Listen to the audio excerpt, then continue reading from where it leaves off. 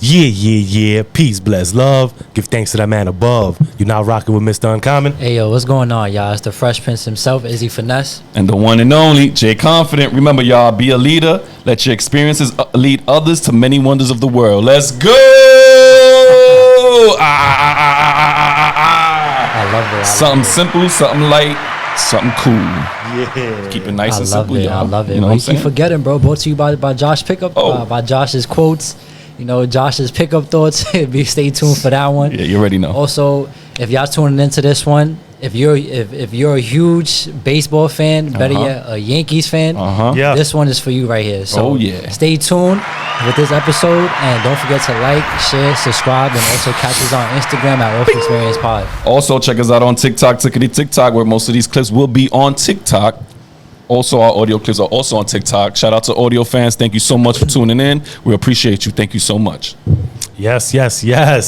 Okay. So, as you know, off experience, we like to explore life experiences and celebrate triumphs, right? So today we got a special guest here, man, and I'm gonna give these accolades. I'm gonna give them a good intro, man, because it's only right. We like to give people their flowers. Oh, yeah. You know what I'm saying?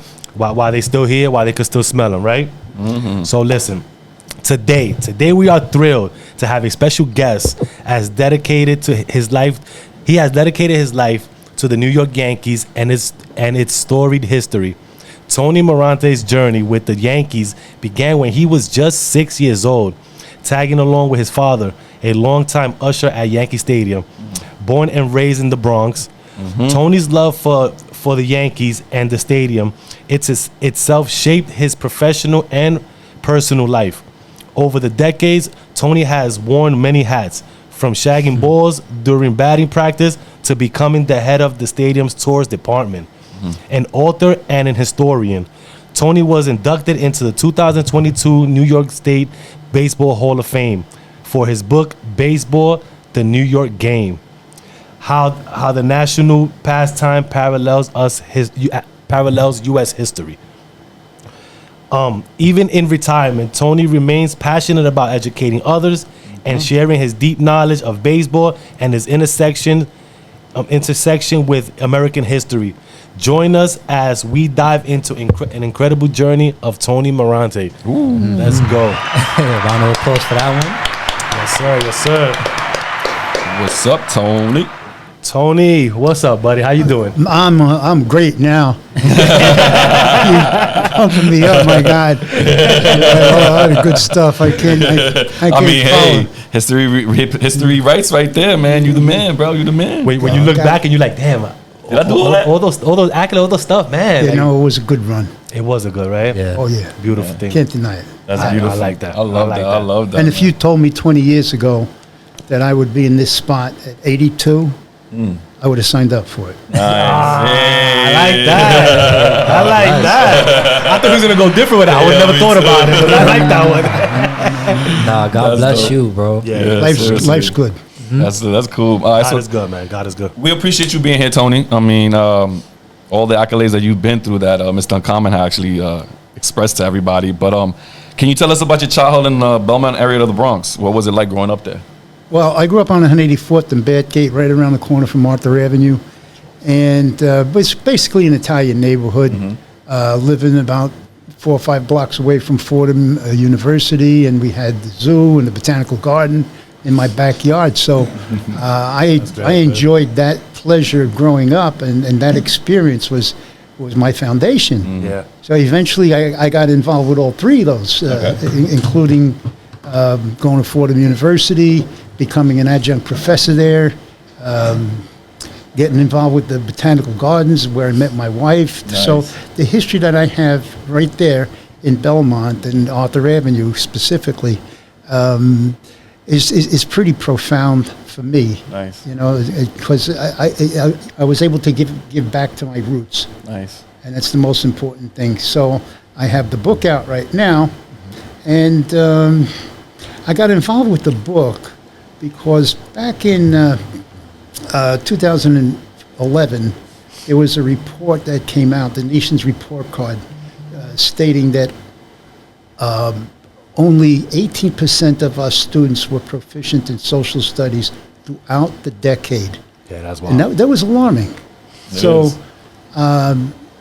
I developed a program addressing the importance of reading. Okay. And I took it to the middle schools, eventually to Fordham University. And I also brought it to the powers that be in the education process, including the parents, the teachers, and the administrators in education, talking about how we could benefit from reading and how important that was at that point. So I'm into that right now and trying to push the book. And where I met you guys was one of the things that I do. I do Nice. book signings out there. You get to take it home. Yeah, he actually was sitting outside with his books and all that. Yeah, that was awesome. Yeah, and like also like the fact that you was in your neighborhood, like that you grew up in, Yeah. and just selling your books right there, giving back to the place where you grew up at. Yeah, That and right there is amazing. the proceeds of which go to the Bronx Historical Society. Nice. So that's another factor that, I'm out there at my time. But you know what? The whole thing about it is not so much the money, which is an important thing to a smaller degree, Right. but the connections that I make and the people that I meet, like you guys. I mean, you came out of nowhere, and oh my God, look what we're doing! Yeah, you see? This is happy stuff. Yeah. Yeah, we consider that networking. Networking is always a major key in life. You know what I'm saying? 'Cause Yeah, absolutely. It's like you're the tree, and every branch that you give out and touch others with, it branches out to their garden, and it makes their garden look even more better because everything's coming out even better. Absolutely, no doubt. You're on the right track. And you got to be out there touching the people. Definitely. You got to be out I mean, not the there. wrong way, but yeah. So Tony, question, right? You started your career in Yankees at 6 years old, right? Can you share more about those early experiences and what was it like growing up in the Yankee environment? Okay, so that was 1949.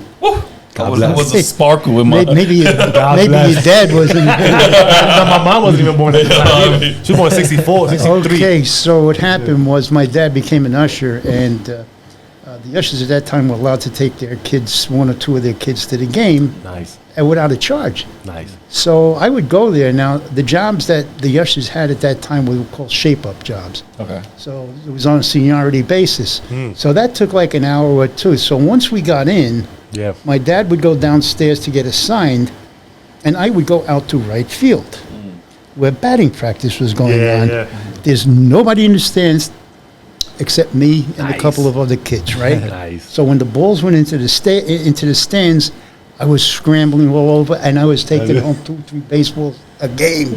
Nice. I'm telling you, I was a popular kid. Yeah, yeah, Right? yeah. And I gave it to the big guys all the time. I come home, hey, Donnie, this is for you. Oh, thanks, kid.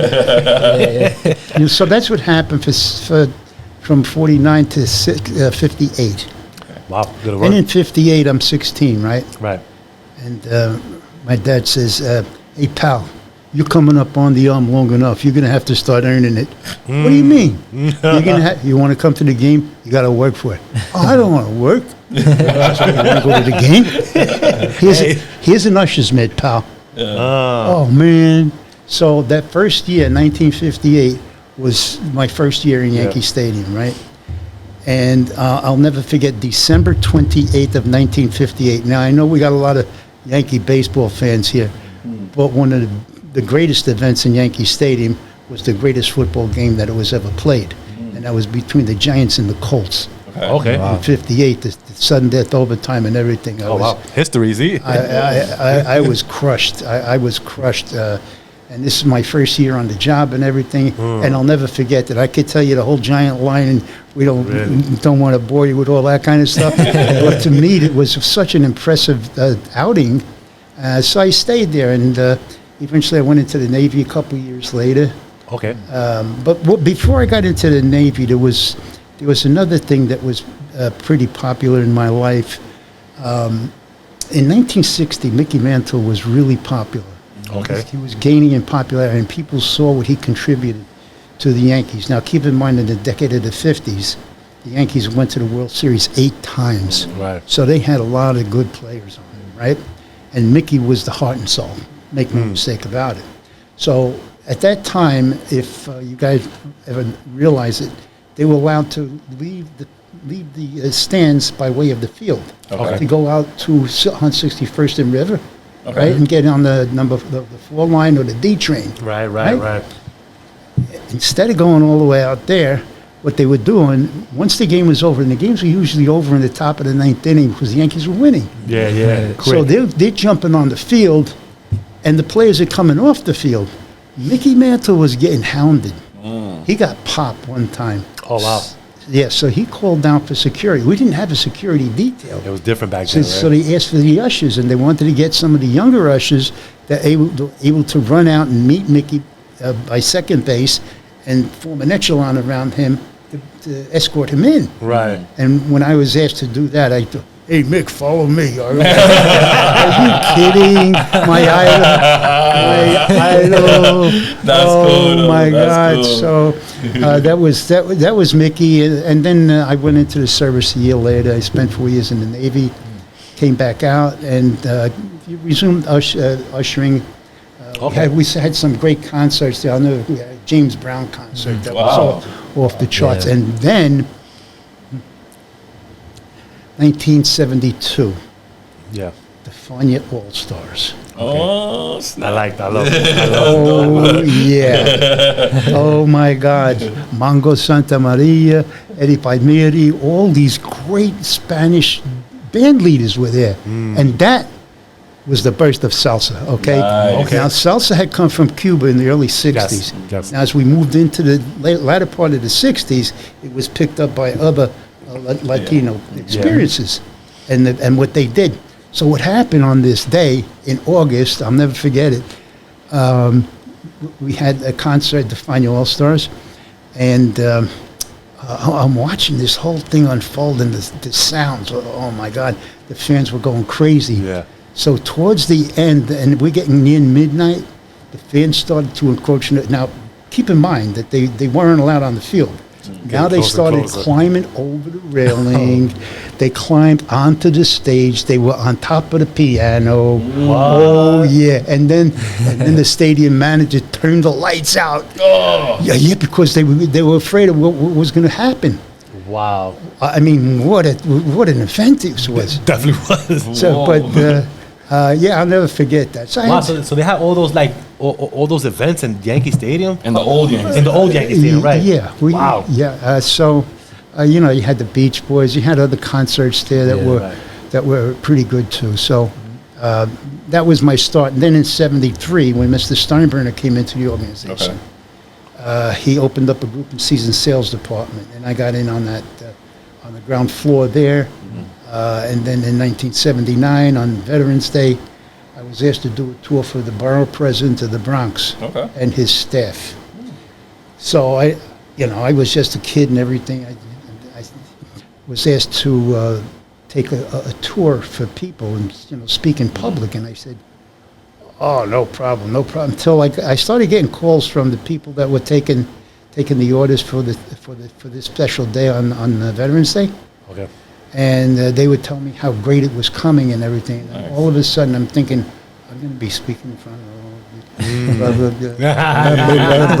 what's going to come out of my mouth? Got no idea. You don't know what to do at that point. So I'm praying for rain, snow. I swear I got it all. And plus 125 people. So Stanley Simon, who was the borough president at the time, brought his whole entourage from 161st Street and River, right a couple of blocks down, for this special tour. And that was the first formal tour of Yankee Stadium. Wow. Yeah. Man, you conducted that. Look at that. That's No, cool, yeah, for man. real. But yo, Tony, you got a really good memory, bro. I was like, right. So I read your book, and as I'm reading the book, just the way how you detailed everything from when you was that 6-year-old boy walking into the Yankee Stadium with your father and seeing the bright blue sky, the big puffy clouds, God. and like the aroma of like the peanuts and Unforgettable, the hot dogs. It kind of had a connection with that because I remember when I actually went on a school trip. And it was to the Yankee Stadium for a tour. And that was the same feeling that I felt that day also when I went. Because once you walk in, you see the same exact thing. The skies, the clouds, Yeah. and everything. So I You really probably connected. did your tour. You Those things stayed in your head. Like you're telling me Yeah. now. It was like yesterday. Yeah. Wow, it that's is. crazy. That's really a is. blessing to have a memory like that. So And it's for still real. like that today, too. And once you walk in, you still get that Absolutely. feeling. yeah. How did those experiences shape your relationship with your neighborhood and friends? Like doing all that. Well, I was a popular kid because I was able to take another kid with me. So everybody wanted to be around you? whoever I tabbed, and they knew that they might be coming home with a baseball or two.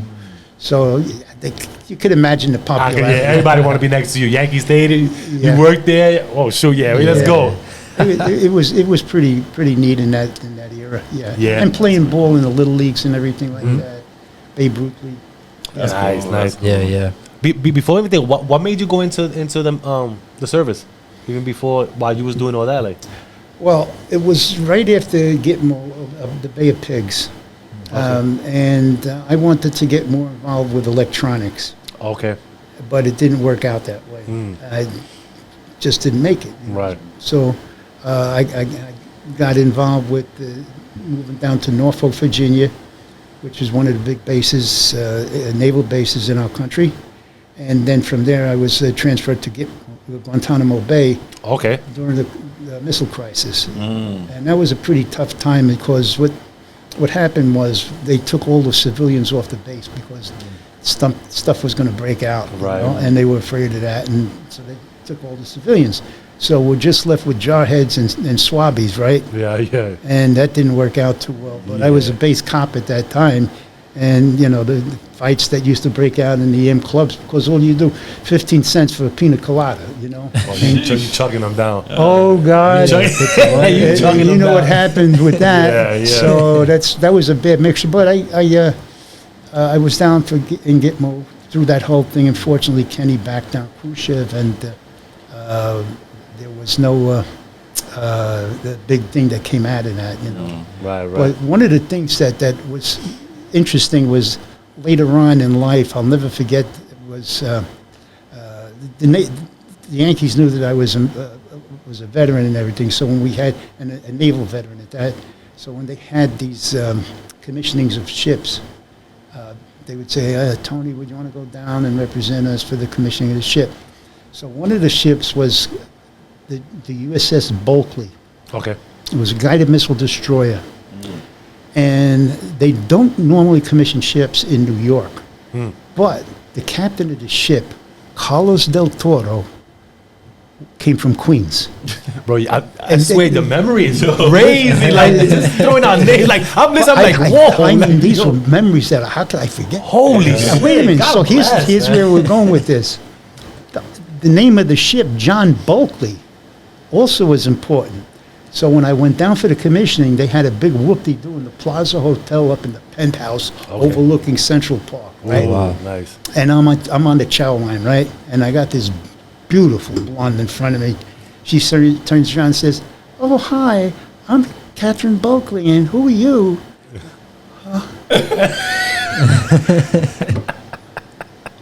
Catherine Bulkley? Your father was the commanding officer while I was down in Gitmo? Yeah, he was commanding officer. You were there at that time? I said, yeah. Let me tell you a story about that. Castro was saying that he was sending fresh water over to us.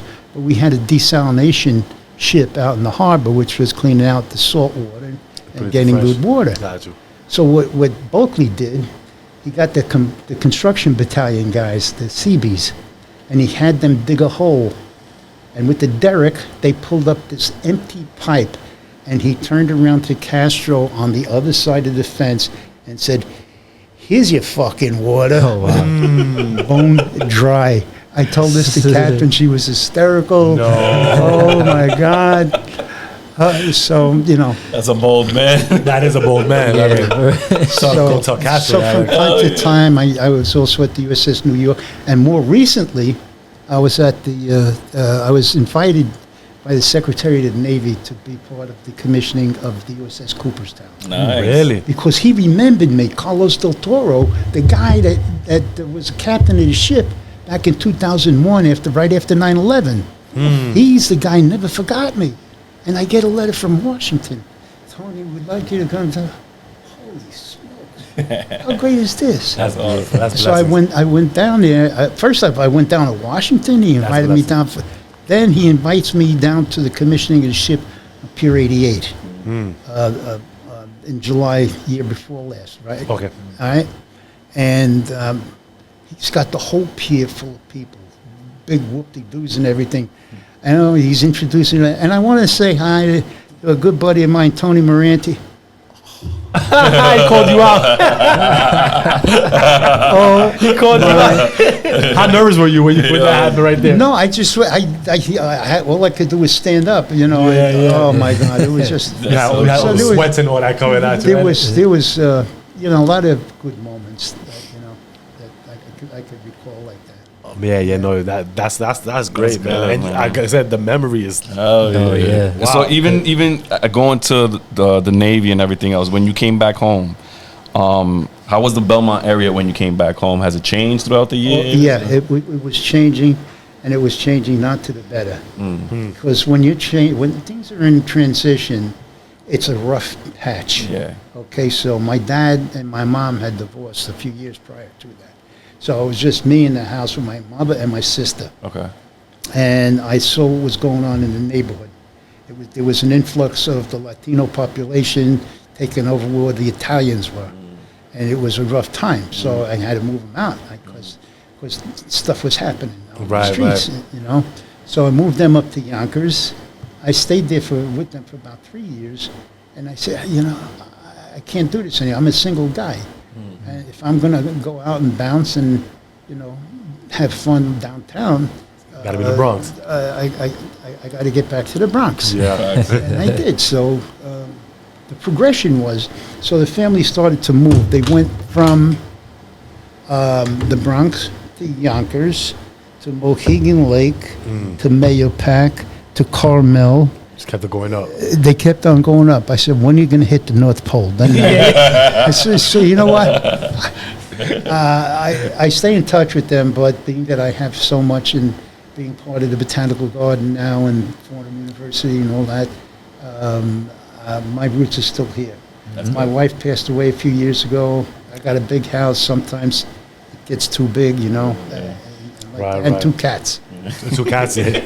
Nah, because I relate to that because I grew up in the Belmont area of the Bronx. Where? 182nd, Katona Avenue, 183rd, 187. Okay. The whole area around there where we seen you at. Yeah. I literally grew up there where I used to run by that area where that store that you used in front of. And I used to just run and steal stuff from the fruit guy and stuff like that. Yeah. Then I used to run to the bakery right there. Artuso? Yeah, Tusos. I used to go there and try to beg for free cannolis and all that. And they used to just give then us I'll little tell you things. what, they help you out. Oh, most definitely. Most I'm not definitely. kidding, even till today. Look at that. With the Still. druggies. 5 o'clock, 6 o'clock in the morning. Joey was a bad dude. Yeah. He turned it around. He saw God and everything, and he became so humble and thankful. And you know, so I still see him till today. So when I go do a book signing, I make sure I stop there, have some tea and stuff, and Nice. I remember. That's a gem. But he gets there like 5 or 6 in the morning, and you know what you got in there now. Yeah, especially that area because that area is literally nothing but. Yeah, druggies and stuff like that, It's a you know.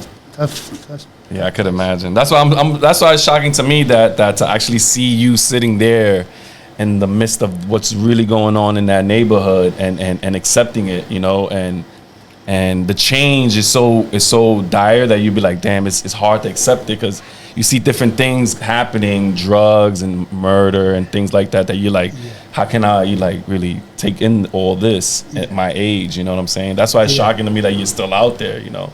And it's a blessing to see you out there. Well, you know, I had an early education on gambling. My neighborhood basically was a bunch of gamblers, and some of the guys disappeared. Who went to college? Who was on vacation in Florida? You know. Oh, yes, he's not coming back. Oh, I wonder why. And then I could recall names. My memory is pretty good to a certain degree. I could give you names right now, which I'll spare you. Trust me, we spare need it, we myself know. in case somebody's listening. But you know, that's what. And my closest friend was a big gambler. Right. So we used to go bouncing on Bronxwood Avenue, all these different places and everything. Had a lot of fun doing it. The glass post on Boston Post Road, and you know, so.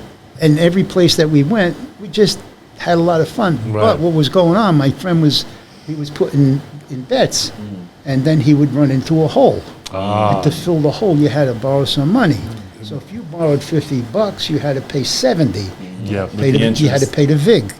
And if you didn't pay the VIG, then you get, Get your legs broken. You disappear somehow. Stuff You get sent down to Florida for vacation. Stuff happens. Stuff happens. So, I had an early education on gambling, and that's what sort of bothers me today, to see that the game of baseball right now is sponsored. Yes. It's sponsored by gambling, Yep. with You FanDuel. And guys don't remember. We had signs in the stadium on center field, the center field board, no betting, Really? gambling prohibited.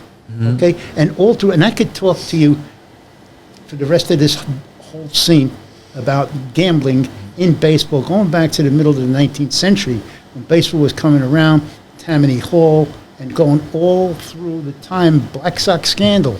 Yeah. How it was killing the game.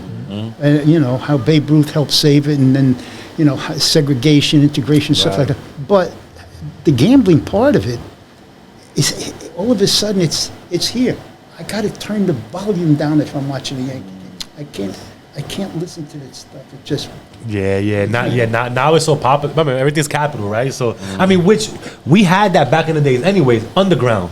Yeah. Right? We had the gambling underground. Absolutely. Now it's just live. It's legal, yeah. It's legal now. And I wanted to get into that with you too, because you had mentioned in your book again that gambling came around like the 1840s, and that kind of changed the game from there. Well, it was important. I'm glad you brought that up, because that was one of the important things that got the game off the ground in 1845. So the gamblers were an addition to the people that were just starting to envision baseball, the New York Knickerbockers in 1845. And then Tammany Hall and all the corruption that it wrought back, coming back into the 1850s, and the Tweed Ring and stuff like that, all the big, the Gilded Age, the robber barons, all those guys, into the progressive era, and gambling was not a good thing. Yeah, it's not, and it becomes an addiction too. But that's the biggest thing, is because people had this gambling problem, and you got Gamblers Anonymous even till today. Yeah. And it's God bless them that they're addressing the issue. But you still have people that, even though you got, it's sort of permitted. Yeah. They're advertising it, but people are still abusing it. So you think with the So you think with the gambling right now in today's game, it is affecting the love for the game? Because now to a degree. Okay. Oh, absolutely. Yeah, because now people are not. They're more looking into winning the money instead of actually enjoying the love of baseball. Yeah, you could put that bread on your table. Your love for the game is secondary in this case. That's a fact. Yeah. That's true. Wow. That's crazy. And but going back to all those dates, right? And how does like a person like you become so knowledgeable of the game, and like you able to like reference back to those days, like 1850s and the eras that was going on to where the game is at now? Well, I found the love for the game earlier on, and I got involved with the Society of American Baseball Research in the 1990s, and I was teaching. I was going to middle schools and taking these youngsters and teaching them leadership. And I got a couple of the ball players like Derek Jeter and Mark Teixeira to do public service announcements for me. Wow. So I had an interest in the future of the game, reaching the kids. Nice. And that's where the future is, the kids.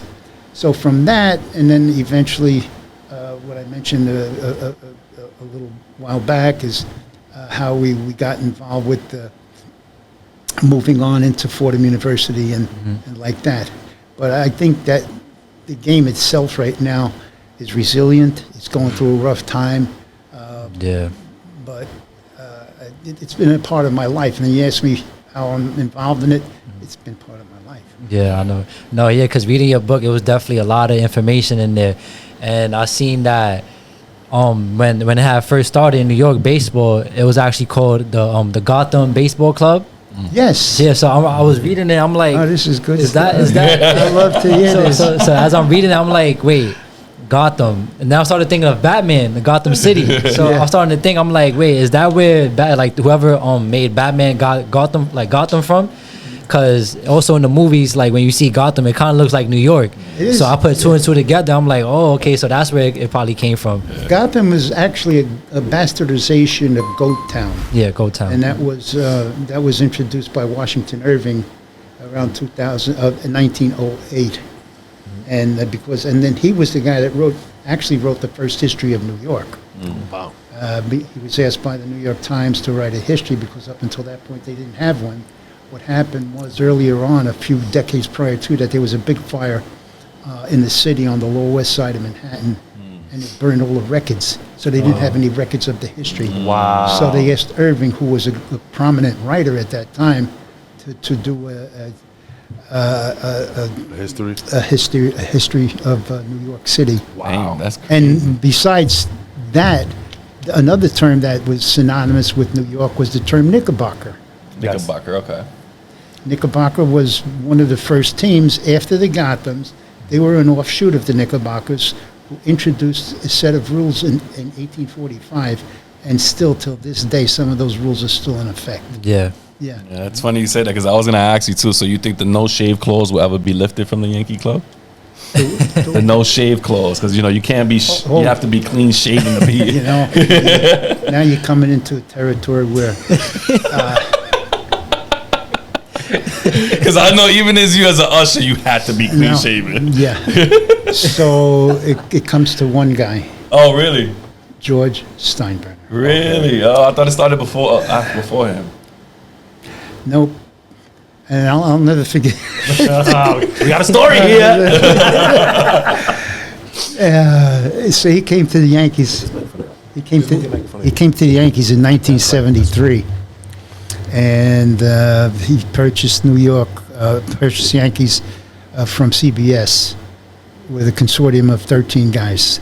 Oh shit. Oh, And they CBS, put- damn, they've been on for that long. Shit. Yeah, $10 million. Wow. So when he came aboard, he instituted these things, and one of the things was clean shaving and all that which he grew up with his dad. So I'll never forget one time we had gotten a guy by the name of Lou Piniella. Lou Piniella was one of our really great hitters back in the 70s. And Lou also was a Tampa guy and everything. I had a lot of fun with Lou. So anyway, he's in Steinbrenner's office, and he said, why can't we? Lou had been just picked up from Kansas City, so he had long hair, right? Yeah, yeah. And George told me he had to shave it. He had to cut it back, make it neat, right? And he says, well, Jesus Christ had long hair too, He says, oh yeah? All right, come with me. He takes him down to the pool. He says, if you could walk around that, across that water, you could not have to. You know what? That was a good response. That was a good my response. God. I That can't was a lie. great response. Yeah. I can't lie. I wouldn't even know what to say if my boss was to tell me something like that. I'm like, yo, damn, you got it, bro. I'm like, No, touche, yeah. buddy, touche. No, yeah, it kind of reminds me of Catholic school because I went to St. Raymond's, and they actually they do that same rule too. You can have no facial hair, and whenever like my dean will see like just a little mustache, a little shadow, bro, he'd be like, yo, go shave, and mind you, you gotta pay to shave too. Really? Yeah, once you go, you go to the room, and then you Wow. gotta pay them like $1 to use their shaver. Oh my God. Then you gotta shave. Yeah, Wow. but they was on That's it. It was on top of that. crazy. It was like, nope, clean shave. Yeah. That's it. Go My shave it off. my first experience I seen that was with Johnny Damon when he came from Boston to the Yankees, and I seen that transition because he was full beard, Yep. long hair, and then when they picked him up, they gave him the buzzers, and he said, "All right," zzz, and he clean shit. I was like, "Yo, who is this guy?" And they were like, "Oh, it's Damon." I'm like, "Get out of here!" That's how I was like, "Nah." You mentioned another guy that was near and dear to me. Johnny Damon was a center fielder for Boston. Yeah. He comes to the New York Yankees. Yeah. I don't know if you folks remember back in 2007, there was an expose on Walter Reed Hospital.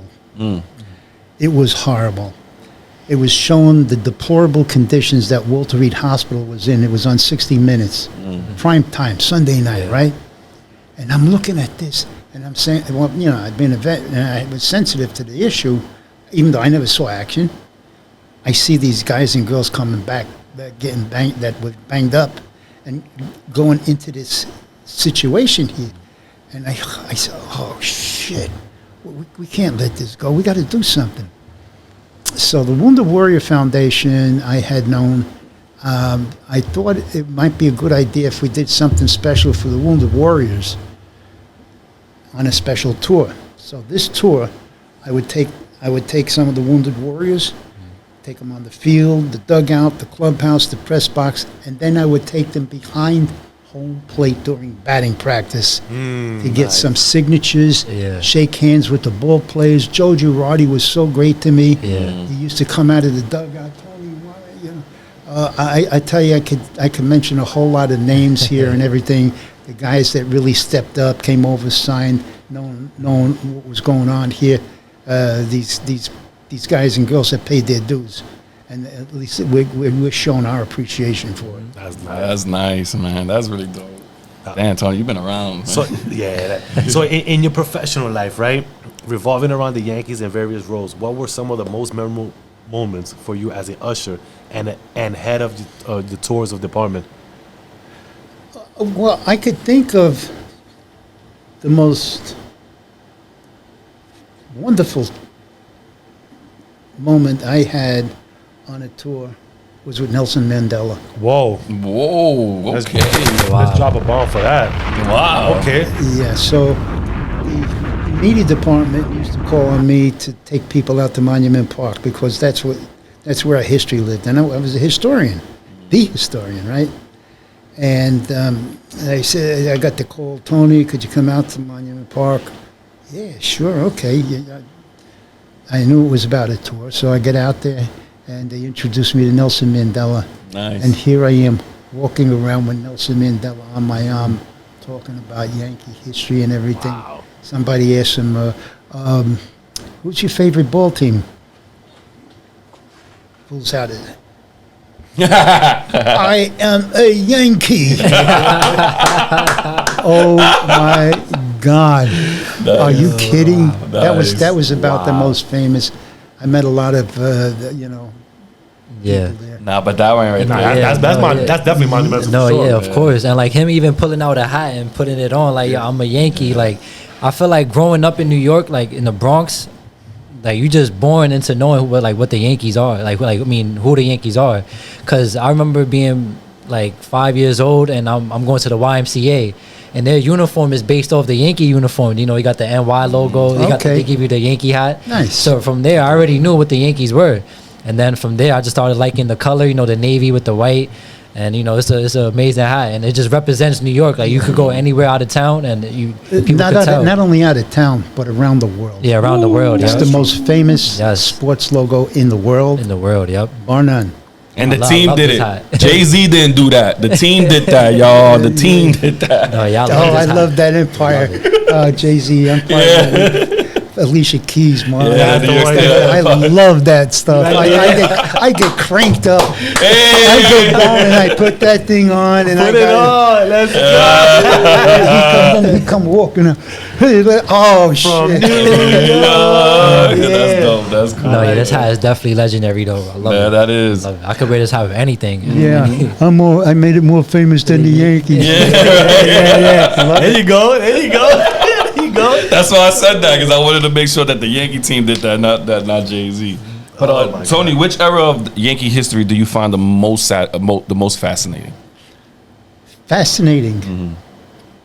You know, I think it had to be the first year. I was most impressionable at that time. The Yankees won 5 consecutive World Series.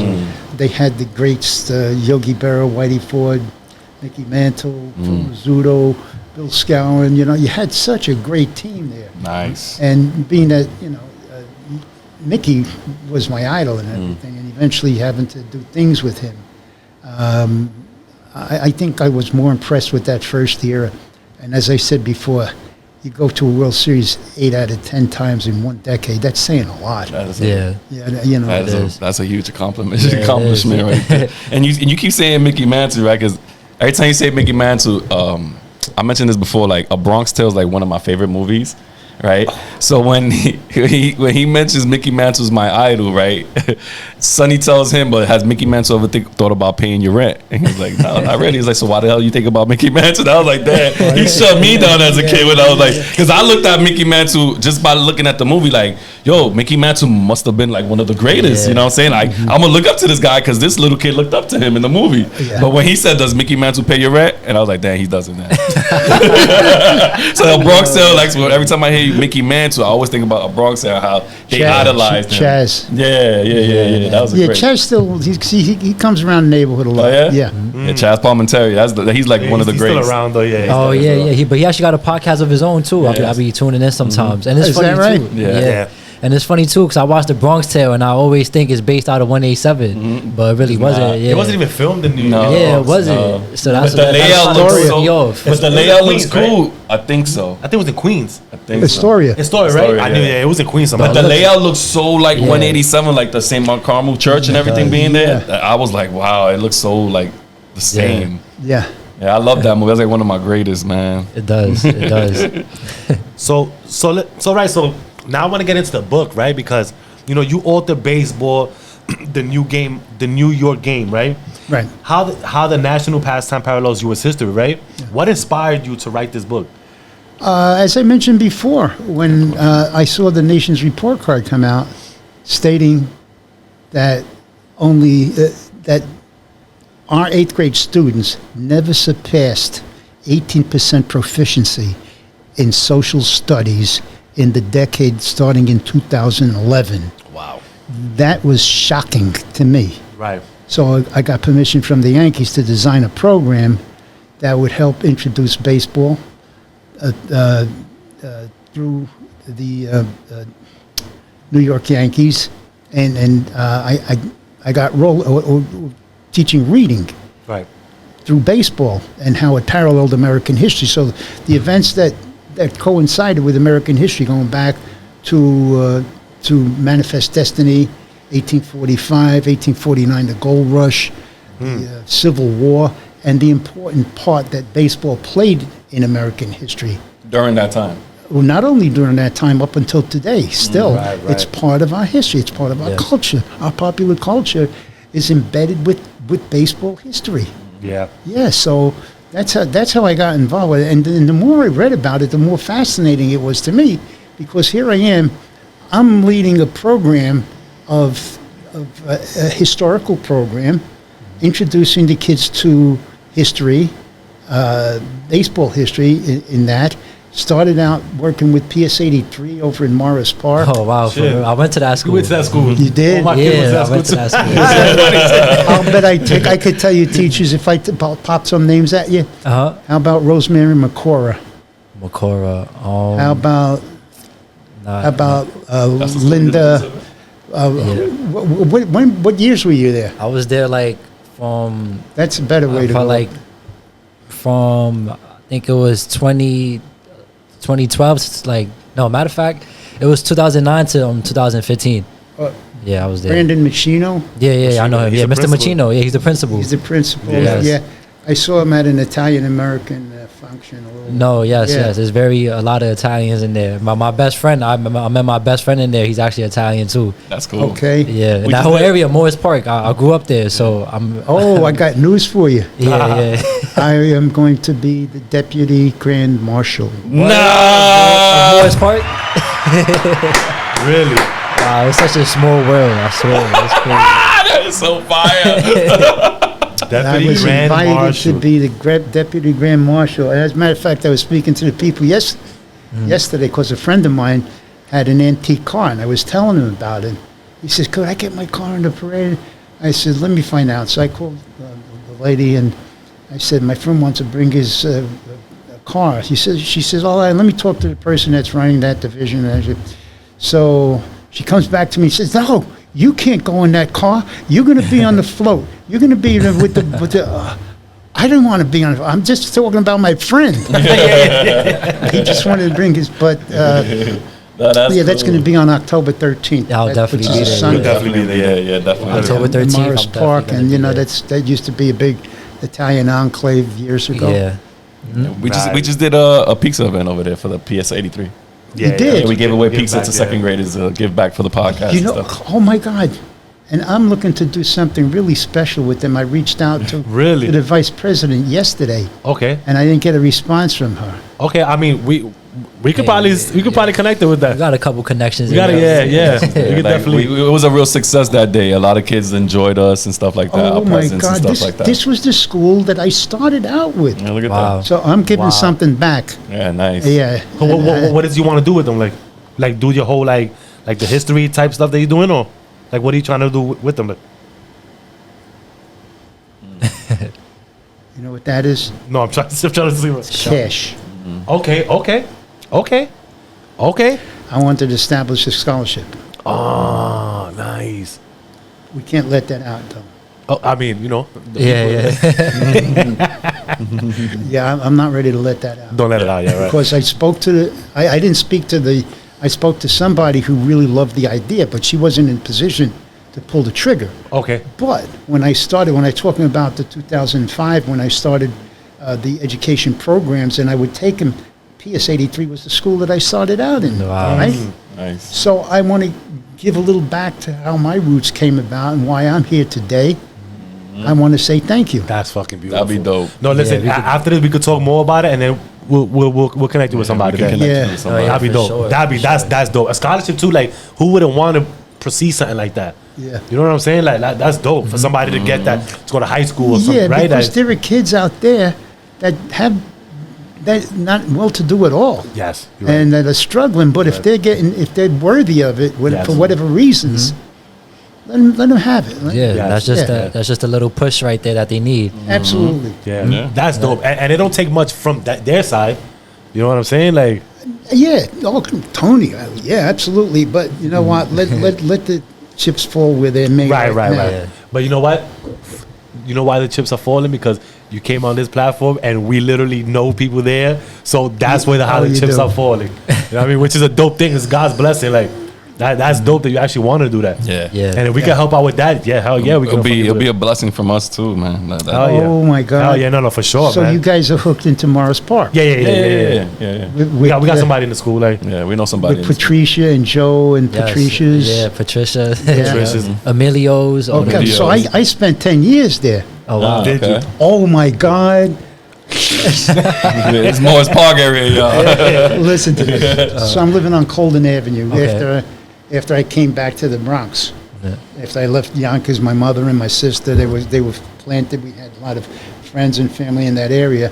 I come back to the Bronx and I get this place on Colden Avenue between Neal and Rhineland, right? This is 73? Yeah, about 73. And I started to, I was running downtown a lot. After work, I'd go downtown and, hung out with some of the ball players. We used to go to the Upper East Side gin mills and stuff like that, and we had a lot of fun. Yeah. One Friday night, I go downtown and I strike out. Good baseball term. I was. Let me tell you something. I was leading the league. In strikeouts. But I had some really good hits. Okay? okay, all right. I like that. Okay, all right. At least you real with it. Not this night. Not this night. So here I come. I'm coming back home, and I'm driving my big Cadillac, right? A big cigar hanging out of my mouth, a big flop hat. 5 o'clock in the morning, and I'm pulling up in front of 1960 Colden Avenue, and all of a sudden I see lights going on all over the place. I said, what the hell's going on? I says, what the hell's going on here? So a guy comes up to my car, put your hands on the fucking Whoa. roof. Huh? You heard me? Get out of the car. Oh, God, what happened? Oh, he's trying to rob you. No, it was just at the time that the son of Sam was doing his shit. Oh. This is 77, as a matter of fact. 1977 was when this happened. So I get out of the car, and the guy's partner comes over. He sees me he says, this guy wasn't pulling any 44 out. you know. Right. So they let me go. But the damage was already done. What those lights were, that was Channel 4. So I was on the Saturday night news. Yeah.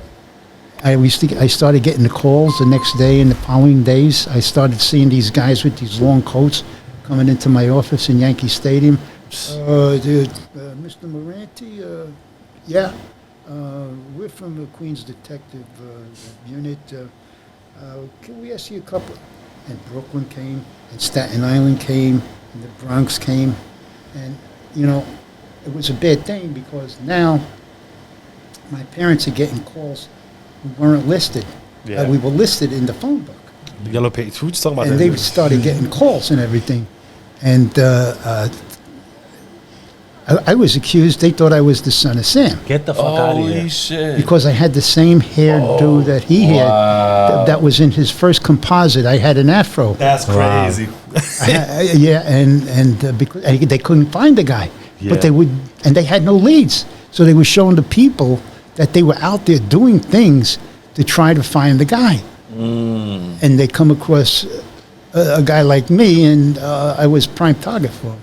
Wow. Yeah, I understand why that night was the worst shit. Yeah, right. Shit, that's crazy. That's nuts, bro. I mean, And that's crazy too, because that's not too far from where I lived. I lived on Barnes Avenue on Rylander. And Where? On Barnes Avenue.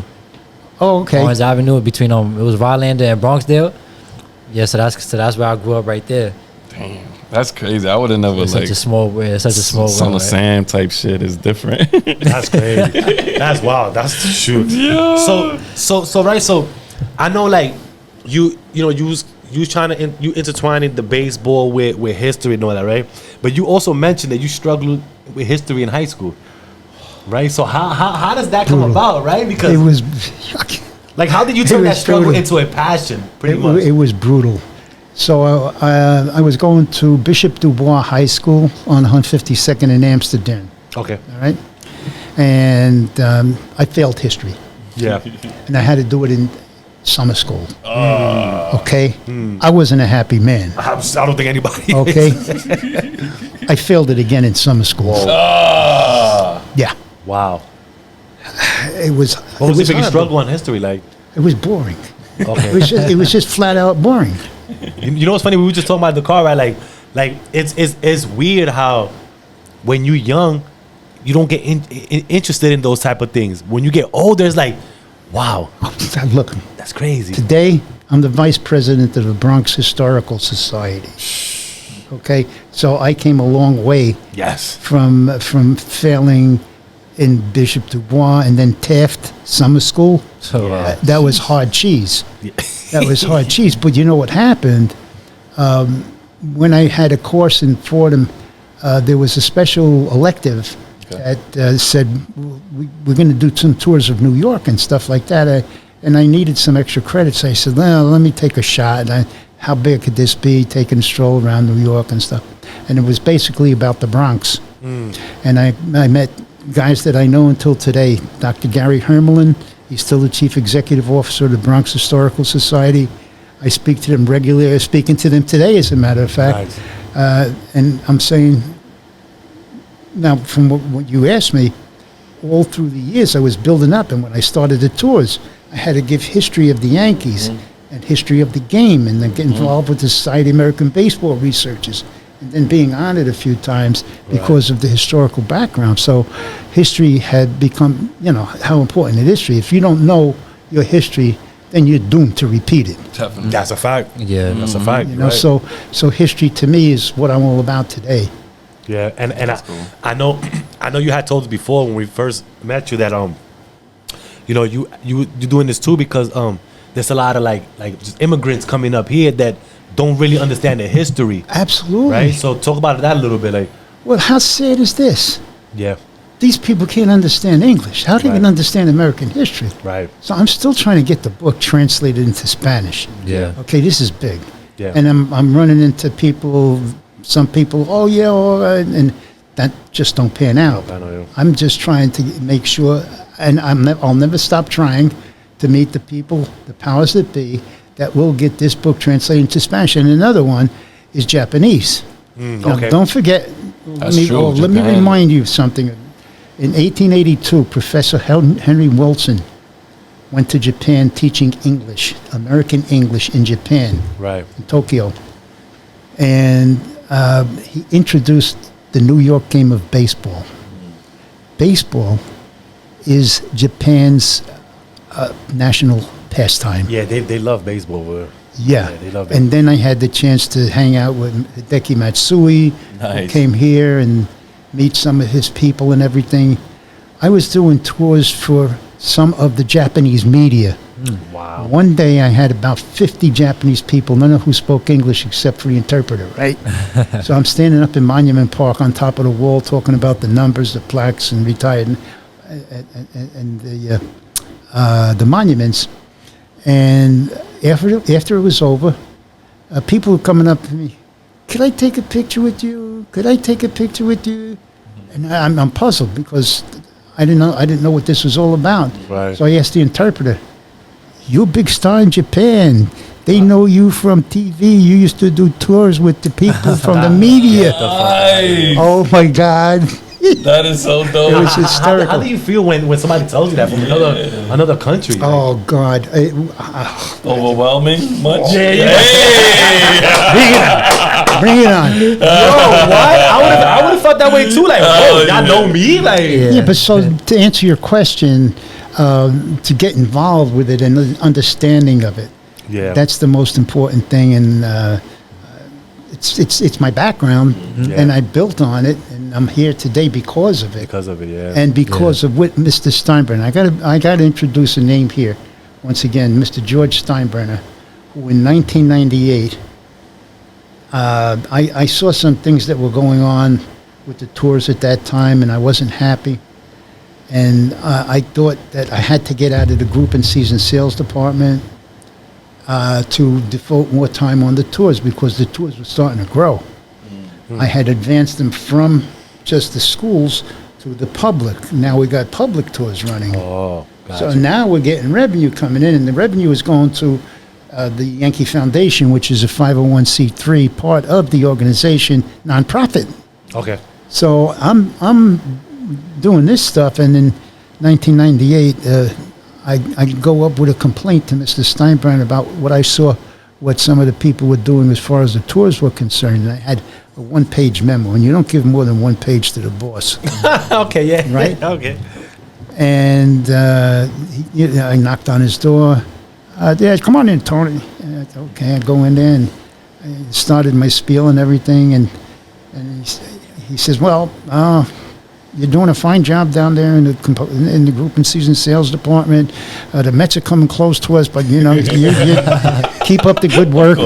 Keep up the good work, right? He says, and I know one thing. No, he chased me. Yeah. He said he had a commercial to do. Oh. So I get a call. I go back down broken hearted, and the phone rings. Mr. Steinbrenner's office. Oh, Tony, the boss wants to see you. So I go back up. The memo's got me confused. She's got me confused. You got me confused. But I know one thing. The tours are going to work, Tony. You're the man. You don't have to report to anybody. We're opening the department for you. Nice. So that was the start of the tour department that I'm indebted to Mr. Steinbrenner. And his birthday was just on July 4th last week. I sent a letter to his daughter, Jen, who I got to know. So Mr. Steinbrenner, I see him today as a beacon of what he meant to New York from 1973, and how the Steinbrenner family is still moving ahead and shining that big apple. Yeah, that's true. It's New York. Yeah. Every time I think about George Steinbrenner, I think about Jerry Buss from LA Lakers. Yeah, when I hear Jerry Buss, yeah, yeah. every time I hear Steinbrenner, I always think about Jerry Buss and how they made the teams of the city look so good and bring them up to where they are today. You know what I'm saying? Because Steinbrenner, when I was younger, I thought he was a big scary guy. You know, older We all gentleman. Yeah, that's what I'm saying. You know, because even if they show him on We all camera, he did. doesn't look joyful. You know, he looked very angry. Like, why the fuck All I gotta be all here? he wanted to do was win. All he wanted to do was win, and the only resources he had was money. And when they opened up the free agency, he got the first the first big guy who I had a catfish hunter in 1974 comes to the New York Yankees, and he had a problem with Charlie Finley. Now the Oakland A's had just won 3 consecutive World Series, right? So catfish was one of their aces, and owner Charlie Finley reneged on an insurance contract with catfish, and catfish got ticked off. So when he had the opportunity through free agency to come away from Charlie O and come to the New York Yankees, he jumped. And he was the first major free agency, $3.75 million. Wow, at that time? And then Reggie followed after that, and that's a whole nother story. That's a lot of money at that time. Oh, absolutely. Yeah. Wow. Don't forget, here's something to wrap your head around. In 1947, the average ball player was making $1,000 a year. Damn. That's not even... In 1965... they had gotten a raise. They were making $7,000 a year until a guy by the name of Marvin Miller come across. And you read about that in the book. Marvin Miller was the guy. He was involved with U.S. Steel. He was a big negotiator and everything. And he was the guy who founded the Major League Baseball Players Association. Right. And he represented them in the court cases, and he kicked butt. And he was one of the main reasons baseball is where it is today. No, yeah, because now they're getting a lot of money now. And I was just telling them the other day, too, like I'm watching a baseball game, and I'm seeing these dudes run into base, but once they get to the base, they got their chains hanging out. Yeah. I'm like, whoa. That's the new thing now with the Yankees. When did this happen? Oh, yeah. I've seen it with the younger players now. Well, with Soto. Yeah. And he has like the bling bling. Every jewel is a different color. Yo, so it's like, but I like it though. I like it. I remember when Derek Jeter and all of them were on the team, that wasn't a thing. Alex though. That was Tino Martinez, all of them, Bernie Williams, all of them. They were not allowed. Maybe a little rope chain. Yeah, that's it. They had the little one, and then you tuck in every so often. It's a different world. Yeah, nowadays It's a different world, but we don't know how long those guys are going to be around. You know what? Listen, you're right. Now it's like a popularity contest. Yeah. Right? Everybody want to be a popularity contest. It's not about... He literally has a 1-year contract. So. Oh, there you go. You see? Wow. That makes sense right there. Yeah, it does. So we'll see how it goes. So tell us, right? Like, talk about the experience at Fordham University, right? And how did it influence your career path? Yeah. Like the way you give out the speeches of what you taught. What was going on is that I was going around to middle schools, and I was talking about baseball and leadership, and as I mentioned, a couple of ball players that helped out with public service announcements and everything. Yeah. But when I went to this one particular school over on Cedric Avenue, used to be Walton High School. Oh, okay. It used to be all girls. So they chopped it up into 5 small schools called ISLA, Institute for Spanish Liberal Arts. Okay.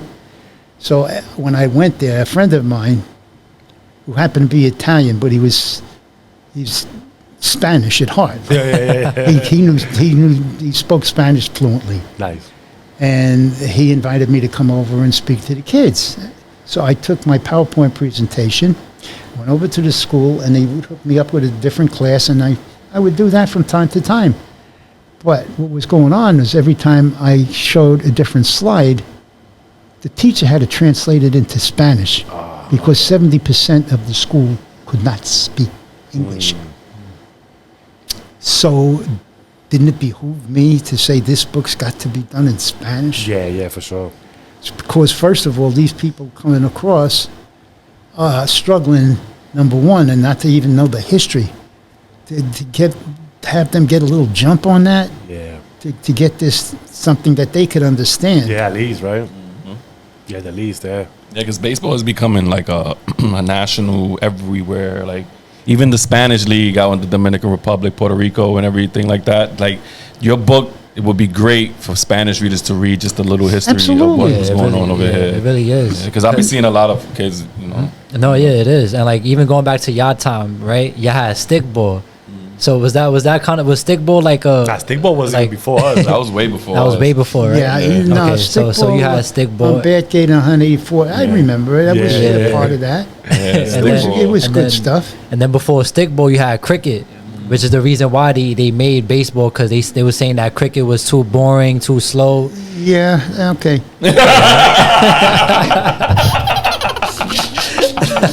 So they could say. So they could say. No, yeah, but that was Yeah, that alright, was the that reason was- why they made baseball, because cricket was there first, and they were saying it was too boring, it was too slow, and it wasn't really like a leisure and exercise to like the citizens. So they was like, you know what, forget this sport, let's make baseball. That's crazy. I Well, didn't know that. there was a gentleman by the name of Henry Chadwick. I mentioned that in the book. And he was a big cricket guy. He came over from England. And he was watching the cricket game, and then all of a sudden, for whatever reason, he saw a baseball game. And he became so interested in the baseball game that he became one of the greatest writers and proponents of the game of baseball during the latter part of the 19th century, from the 1850s on. Yeah, He's in the Hall of Fame, by the way. His name is Henry Chadwick. So he started out as a cricketer, and then he picked up baseball and just pushed it. That's cool. I would have never thought of that, because I know a lot of people who are into cricket. I try to get into it, but the movements and everything are a little too like. Shrug, yeah, shoulder shrug. Whatever moves you. Whatever blows your skirt, right? yo, for real. But it's kind of weird though too. I mean, not weird, but it's crazy because even before, you know how in baseball now that you throw the ball to the first base and the catcher, whoever's at first base, you got to catch the ball and then tap the person. Yeah. Before they would throw it, but you got to hit the person that's running to the base, right? Yes. That's That's crazy. different. That's crazy. And I then can't imagine that. and just piggyback off of you. I remember when I was young, you were able to slide to first, but now you can't slide into first or something like that, or maybe the opposite. I'm not aware of that. Yeah, because I was told that you can't slide into first. I don't know, in the major leagues, you have to run to first, and then you can slide after that, and something like that. No, I think guys still slide. Yeah, into first. Yeah, then they're not supposed to. Oh, okay. See? Yeah, that's the something of the sport of the game that you gotta look No, into. yeah. But that's ruthless. Thank God they changed that Hell that yeah, rule of hitting son. the person that's running. You hit a 90-mile-per-hour baseball. Yeah, right. You keep coming out with a bunch of freaking the marks on your back and Yeah, that's crazy. Yeah, but they were a little softer then. Yeah. yeah. They used to have one ball for the whole game. That's true. And they were made by one of the players. Doc Adams was one of the main guys from the Knickerbockers who used to Yeah. make the baseballs. Oh, look at Yeah, that. and I got a question on that too, because you had mentioned the Knickerbockers, but then I also read that back then, like, you know how it's the New York Knicks now, before their names was the Knickerbockers. So what's the connection between that? Well, you're establishing a connection here. Okay, here's how it began. The Gothams were the first organized, the team to use organized rules in 1838. The Knickerbockers were an offshoot of the Gothams, who in 1845 established 20 rules, some of which are still in effect today. So that term Knickerbocker, who was introduced by Washington Irving, Yeah. going back into 1808, right? So that's how that, and if you had Knickerbocker, that was sort of a primacy type of thing. Yeah. Gotham was a primacy type of thing. If you were a Knickerbocker, you were more elite. Okay. Gotcha. I see. I see. So the teams that you see, like the New York Knickerbockers today, yeah, they got it from the Yankees. from the baseball. Yeah. Baseball term. I would have never thought that. Yeah. Like I never thought that there was Gotham then Knickerbockers or anything like that. I thought that the New York Knicks they created the Knickerbocker name. Like that was them that made that. To a degree, I mean, it was Irving. That Yeah. introduced it, You're right. You're right. But Yeah. that's why it's good to know the history though too. Yeah, And then, like, the one thing that amazed me was that the people who made baseball was normal people like us. You know, you had doctors. Exactly. You had the president of the Chamber of Commerce. Baseball was a game that replicated and introduced a game to the American public that you would have seen in offices. Teamwork. things of that nature were. Oh, I see. The organized. Yes. Yeah. Yeah. Wow. I would have never It thought makes that. sense. I would have never thought of that. Baseball reflected the character and attitude of the office, the young men in the office at that time that were able to get out. Yeah. And because the days were shorter, so they had time between 3 o'clock to play a couple of games at that time. So that's how that evolved. And That's beautiful. Yeah, it is. Wow, yeah, It is. that's crazy. We're learning history ourselves right now, Yeah, man. I Like, would've never- it's a that is lot. thing. I would have never thought of that. Wow, that's something. That's different. good. So your title at Fordham University. okay, Yeah. so from the middle schools, there was a dean from Fordham University who had come on one of my tours, and I got to speaking with him and everything, and he said, "Would you like to come and teach at Fordham?" Nice. And that was in 2013. So I was teaching a class from 2013 to 2018 when I retired. So you was a professor over there. The professor was Jack Houston. Okay. Yeah. Oh, so you wasn't the professor. You was just Oh a no, speaker. I was an adjunct professor. That's what I'm Oh, saying. you You was the professor there. Like, yeah, oh, adjunct. yeah, Yes. adjunct professor. Got you. Yes. No, That's nice. not a. Like the Hey, listen. You know what? That's still something there. Like, shit, to be invited from a middle school to come talk at a university. Yeah, That's huge. And you know, we had some nice classes. The classes range from 25 to 33. You know, so That's cool. it was a good class. People liked it. I mean, sure. Like I said, like when you're younger, you're really not in tuned into it, right? Like the history. But even now, at the old, like even university, kids more will probably have the attention span to even to sit there and listen more, right? And Yes. soak it in more. Yes. You know what I mean? Compared to middle school and stuff like that. Well, they knew what they were getting into, and they did have some love for the game. Well, you know what? Yeah, they had to sign up for it. You're right. And they You're right, they also had the hats on. yeah. So they definitely was on it. Yeah. They definitely was on it. That's cool. No, man. yeah, I love Fordham University. Just the fact that it's in the middle of Fordham, and then right across the street in the inner blocks is like, The hood. yeah, it's way different.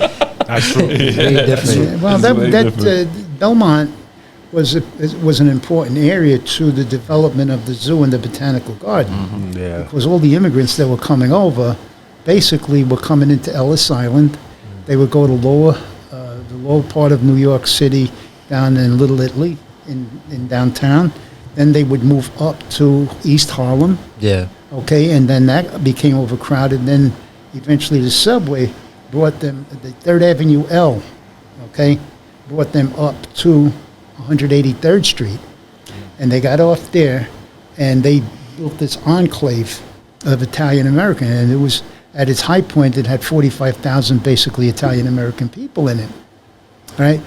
So what happened was, during the 1890s, the building of the New York Botanical Garden, which was just instituted in 1891, and the Bronx Zoo, which was instituted a few years after that, had these people building the zoo and the botanical gardens that were coming from the neighborhood.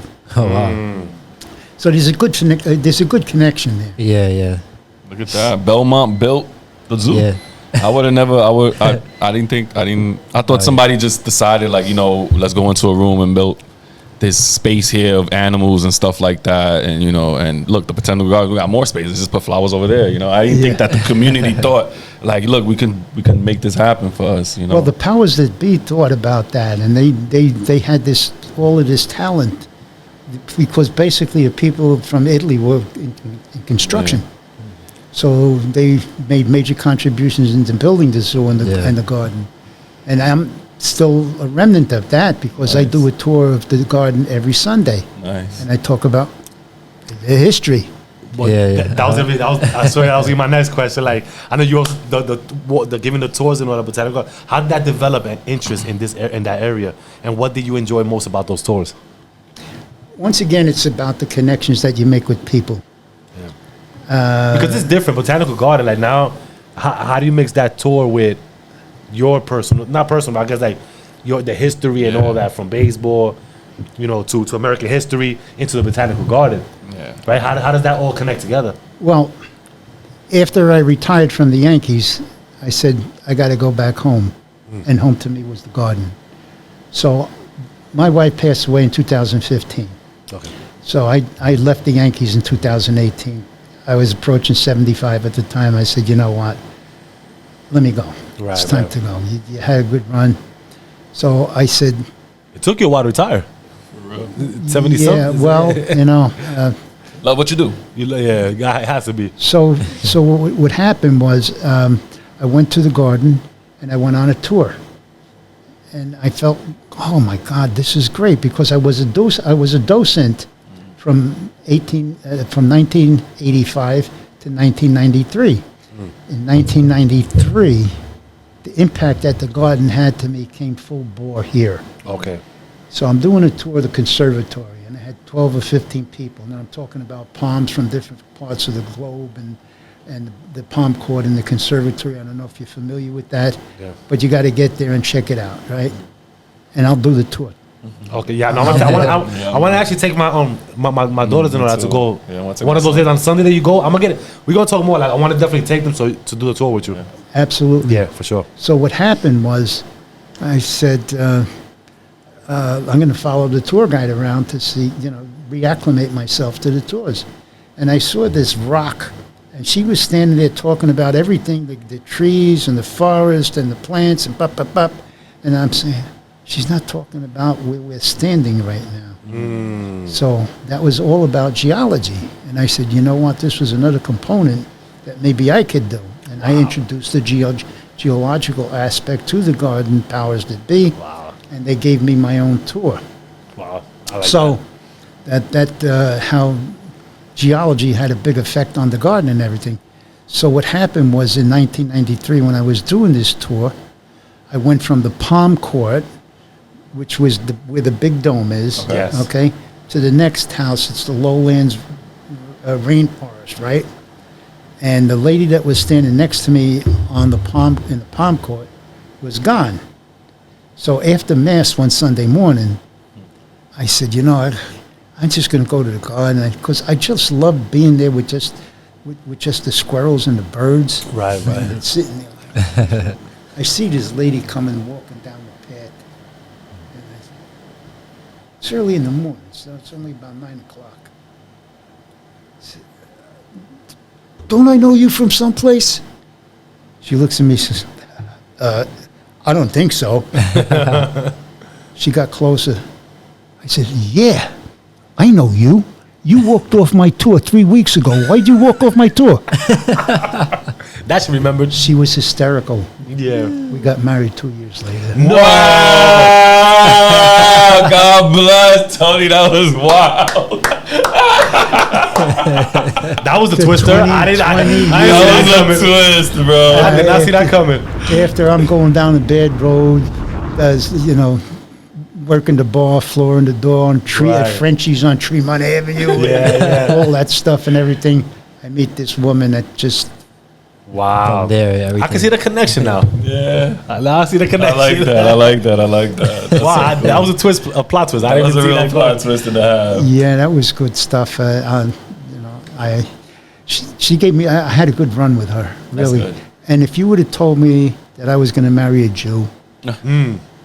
You would have said no? Nah, not happening. Not happening. This is why we never know. This is why we never know who we're going to attract to. Yeah. But she was my one and only. I didn't get married until I was 53.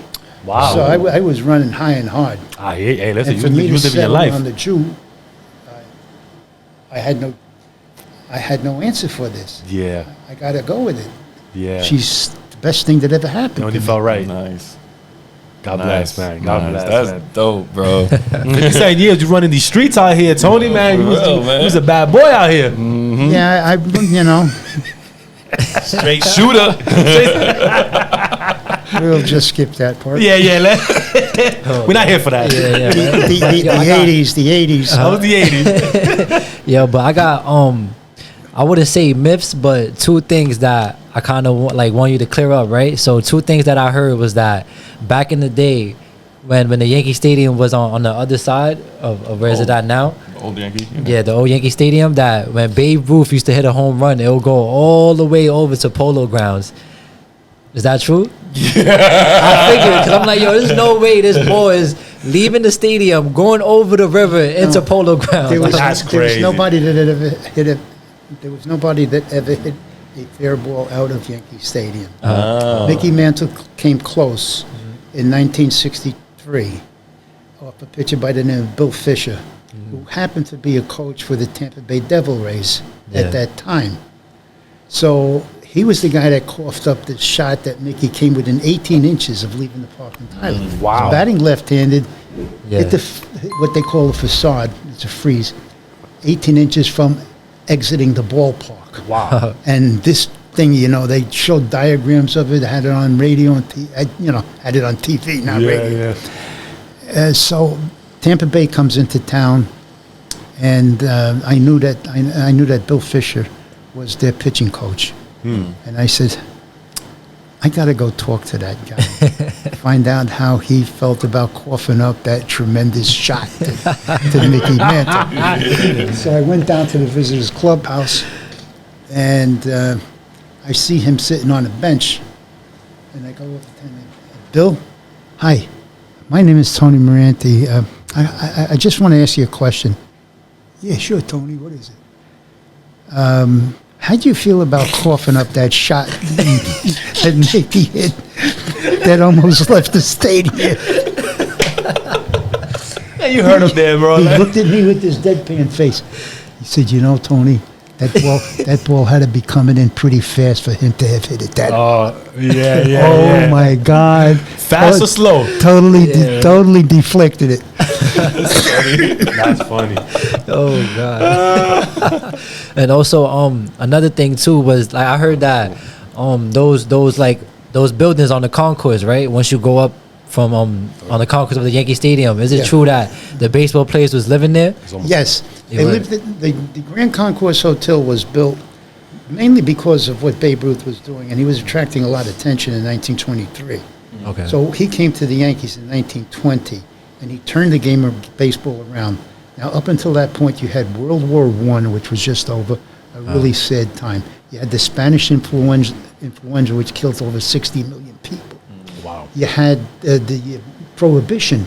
Okay, you had the Black Sox scandal in 1919, when the Chicago White Sox was accused of throwing the World Series to the Cincinnati Reds. So all of a sudden, Babe Ruth comes. Now, he was a great hitter and a great pitcher for the Boston Red Sox. He helped them win a couple of World Series in 1915, 16, and 1918. And he was getting $10,000 a year for 3 years. Wow. So after he has this big year, he goes to his owner by the name of Harry Frazee. And he says, I want to get my salary doubled. Frazee was a businessman. He had plays on Broadway. He had other things that he was involved in. So, I can't do that. I'm going to leave the team then. You're not going to leave that. So what happened was Babe Ruth left the team one day, and Harry Frazee was part of the Lambs Society, which was a theater group that came out of 42nd Street. But so were the owners of the New York Yankees, Jacob Rupert and Captain Tillinghast Lamadou Houston. They used to be in the same place enjoying life. Yeah. So what happened was Frazee mentions to the Yankee owners, I'm having a problem with the Babe and this and that, and then eventually a deal was struck. Oh, shit. So he purchased the Babe for, the Yankees purchased the Babe for $125,000. Oh, wow. $100,000 in interest, accruing up to $125,000. He comes to the Yankees in 1920. So after all the bad stuff that was happening in the teens, and the dead ball era, as it was called, because they were only using one ball, okay, and they had to go into the stands and pick the ball up and everything. So Wow. the guy who had the lead in home runs with 29 home runs was a guy by the name of Ned Williamson, going back to 1888. Babe Ruth hits 29 home runs in 1919. So he breaks the record by one. But when it comes to the Yankees in 1920, they changed the baseball. They cleaned it up, and they said we're going to use more than one baseball a game. So he went from 29 home runs to 54 home runs In one season. in one season. And 54 home runs was more than any American League team Yeah. had hit. So he brought the game back. And it's like what happened with more recent, we had the strike in 94 and 95, and the home run chase between Sosa and McGuire and Bonds and all that stuff. It was the home run that brings the people back. That big chase was so People wanna watch important. that, yeah. So what happened with the Babe, and his popularity was growing by leaps and bounds at that time, Jacob Ruppert had an idea that he wanted to have his own stadium. So eventually in 1923, he paid $2.4 million to get Yankee Stadium built. And that was such a remarkable thing. So Babe was the guy, they call it the house that roof. That built, yeah. Yeah. Okay, Yeah. so that's why that That's comes. where that comes That's where that comes. I've always heard that, like the house that Babe Ruth built. Yeah. That's awesome. Yeah, I've always. I didn't know he was a pitcher. He was a great pitcher. I didn't know he was a pitcher. No, I he swear was to a God, like, pitcher. The Yeah. trivia question is, what pitcher had the greatest record against the New York Yankees in that decade, in that era? I didn't know. And it was Babe Ruth, 92 and 36 Yeah. and I just learned that 46. right now. No, yeah, no. So he's winning like 2 out of 3 games and beating the Yankees. So do you think that? Yeah, he did the home runs, but do you think that because they made the decision to not use only one ball, that kind of helped Oh, absolutely. catapult, right? No doubt about the it. game up. I mean, they cleaned up the ball. They changed the balls. If balls were going into the stands, they stayed in the stands. Right. They brought new balls out. So now you're playing with a wider, cleaner baseball, harder. Because Not hit yet. yeah. Shit. Yeah, bro, Very- no wonder those houses on the concourse is going for so much. For real, right? People's probably buying them like, oh my Yo, God, this is they're where Babe historic. Ruth used to live, or Lou Gehrig, like, oh my Well, God. here's what I'm glad you brought that back up, because at that point in time, the visiting teams that were coming in, and some of the Yankee ball players, Yogi Berra, Tommy Henrik, those guys lived in that plaza. Yeah, in those plazas. And how popular did the plaza come? Even most of the women today, brothers or sisters of people, had their weddings in the Concourse Plaza. That was a big. Oh, wow. And I was gonna, my sister got married in '63, and I was in Gitmo at the time, and I had special preference to come and be a part of my sister's wedding Nice. from Paul Fino. He was the congressman at the time. And then all of a sudden, the shit broke out down there, and they cut everybody out. And you ain't going anywhere, pal. Wow. Oh, that's tough. Yeah, How that's do you such know a, that? yeah, that's such a monumental place. Yeah, the whole concourse is Yeah. like very monumental, from the old Yankee Stadium, Supreme Yeah. Court, and all that stuff. And even now, I still feel like it's changing a lot. Because now it's getting more, I think it's kind of getting more gentrified over there. Because you got the parking lot right next to it, and now they're starting to come more down from 158 all the way down to like 162. So it's Well, that new stadium is built and Yeah, everything. yeah. So Yeah, the baseball field where the old stadium is at too. Still is where a lot Yeah. of people. Well, yeah, it was good that they gave it back to the community. Yeah, Yeah. true. that's true. Because they could have just did anything with it and put a building on that lot. yeah. Yeah, they could have put a big condominium building and we could just called it a day right Yeah, there. yeah. Well, you know what? They might not even want to do that because I think if you build something like that, you could oversee over the stadium. No, No, they're not going to do anything. that's what I'm saying. I don't think yeah. they're gonna do something like that. No, Like, they do have part of the frieze from the old stadium Yeah. behind home plate, closer to 161 and River. yeah, yeah. Oh shit. Yeah, That's yeah. Wow. Shoot, man. Oh man. So now, even from retirement, right? You continue to work with students, educate. So what drives you to stay involved in educating activities? I know you want to teach them the history, but what just drives you to keep on teaching and The book. The book, right? I got to get the book into the right hands. Yeah. And even if I'm doing a signing and as few books as I sell, I make connections with people. And some of them wind up on my tours in the Botanical Garden. As a matter of fact, been doing a tour last year. I had about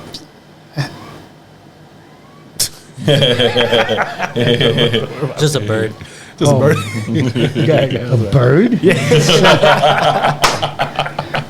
Some type of bird. Does he have any canine background?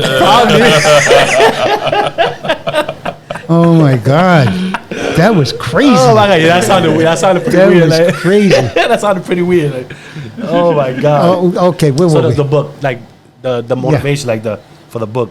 So in doing these signings, last year, I had about 7 people on that tour, and I got rolling with the people. So the tour usually starts at 11. I'm done by 11:45, 12 o'clock. Okay.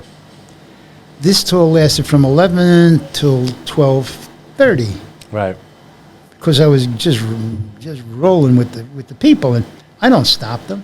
They want to continue asking questions and engage in the dialogue. I love that. I'm making a connection. Yeah, for real. So I offered them tea.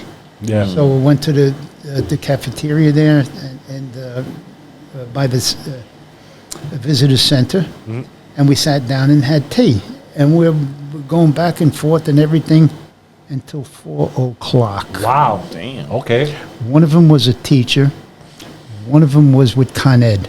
Okay. The one from Con Ed said, "Tony, I want you to come down and do a talk in front of my people down on Irving Trust in the main building, downtown Con Ed building." Damn. Nice. And I did. I mean, but it's That's like, the connection right there. yeah. Yeah, that's So and you guys, So even looking back at your incredible journey, right? yeah. What are some key lessons you've learned just throughout your whole I mean, we journey? have to understand history. Yeah. If we don't know our history, we don't know where we're going to go. We're doomed to repeat it. Yeah. It's so important that we like know that. how important our popular culture is. The combination of baseball, the national pastime, was with U.S. history. Through the years, they were in lockstep. Manifest Destiny. Here's what's going on in Manifest Destiny in 1845. President Polk wants to use the country from sea to shining sea. At that point, the Mississippi River was the West. Okay. Now he wants to advance that. Well, Lewis and Clark, who had done the Louisiana Purchase back in 1803, founded the West Coast and everything, but there wasn't much traffic going on there. So now you're starting to get a lot of different trails, the Oregon Trail, the Santa Fe Trail, Right. all these different trails that were leading out there, but they were carrying with them the baseball balls and bats, playing the New York game, moving west. So in 1849, the gold rush. Yeah. Gold rush comes, and now you got some of the Knickerbockers that are going to seek gold. So they were leaving New York to go to San Francisco, where gold was found in 1848 at Sutter's Mill. Right. What happened by 1851, there were so many people that brought the New York game out there that they formed the first San Francisco Knickerbocker Club. Okay, and that was the first club in the Pacific Coast League, which evolved in 1858, excuse me. So there was a big thing in that. His American history, Manifest Destiny, people seeking their fortunes or going to the West Coast. Now you got the gold rush, and how about the Civil War? So yeah. How about the Civil War? And maybe you guys are aware what went on in the Civil War. As some of the Northerners were being captured, they're in these Southern prison camps, and during recreation, they're playing the New York game of baseball. The Southerners picked that up. Look at that. At the end of the war, the country in dire need of unification, right? You're coming into the Reconstruction era, and there were a lot of people that did not want to see what Lincoln had brought in the Emancipation Proclamation. Right. Wasn't all that great with everybody. True. But what an important thing was that the Southerners who were adapted to the game of baseball was part of the unification of the country. Okay, so we're talking about the symbiotic relationship where one was feeding off the other. And that's where I can see that's where I can see the how you want to bring baseball with history together. I get into segregation, integration. I get into a lot of concepts of American history, which has its imprint on baseball and vice versa. Wow. So that's what's important to me. Right. Damn. Wow. I didn't really know, how baseball really And I'm glad that you here, man. Like I'm glad that you was able to tell the story because I didn't know how close was those two things together, right? Oh, like, yeah.